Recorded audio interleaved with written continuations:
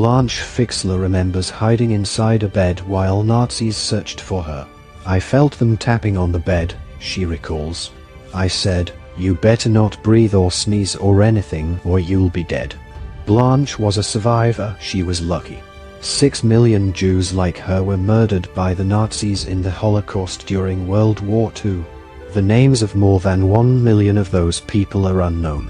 Now a tool using artificial intelligence, AI, built by Daniel Patt, a software engineer for Google, could hold the key to putting names to some of the many faces, both victims and survivors, in hundreds of thousands of historic photographs.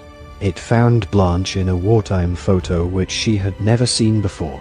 Daniel's website, Numbers to Names, uses facial recognition technology to analyze a person's face. It then searches through archive photos to find potential matches. The software has been cross-referencing millions of faces to try to find matches for people who have already been identified in one photo but not in others. That detective work, joining the dots, could then help identify some people in photos whose identities are currently unknown. Blanche, who is now 86 and lives in New York, knew about the family snapshot below on the right, but she had never previously seen the group photo on the left, which was taken in France during the war. It was Daniel's AI software which made the connection. Blanche was known by the name Bronia as a child. She lived in Poland when the Nazis came looking for her and her family.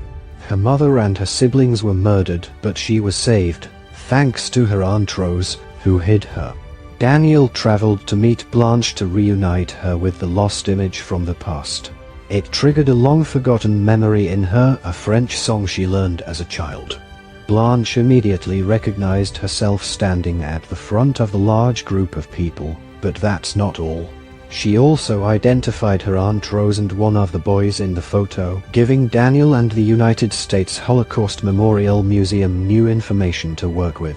"It's so important to identify these photos," says Scott Miller, Director of Curatorial Affairs at the museum.